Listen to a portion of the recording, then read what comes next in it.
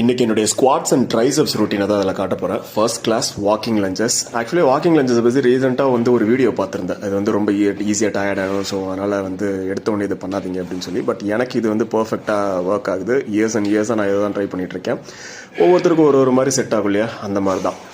So walking lunges முடிஞ்சதுக்கப்புறமேல power squats starting 60 kgல maximum எவ்வளோ டீப்பாக என்னால் உட்காந்து ஹோல்ட் பண்ண முடியுமோ பண்ணிவிட்டு அந்த மாதிரி ஒரு 10 to 15 ரெப்பிடேஷன் போட்டு முடிச்சிருவேன். தென் 60லேருந்து அப்படியே 100 kg 40-40 இன்க்ரீஸ் பண்ணுவேன்.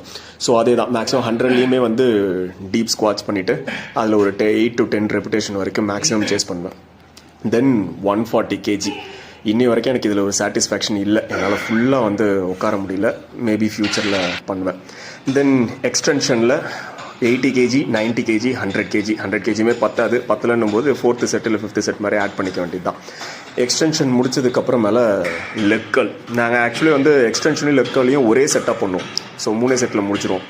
அது ரொம்ப ஈஸியாக இருக்கும், டைம் முடிஞ்சிடும். ஸோ ட்ரைசப்ஸை பொறுத்த வரைக்கும் எக்ஸ்டென்ஷன் அண்ட் புஷ் டவுன் நான் வீடியோ எடுக்கலன்றதுனால காட்டல. எக்ஸ்டென்ஷன் அண்ட் புஷ் டவுன் ரெண்டே ஒர்க் அவுட் தான் ட்ரைசப்ஸ்க்கு.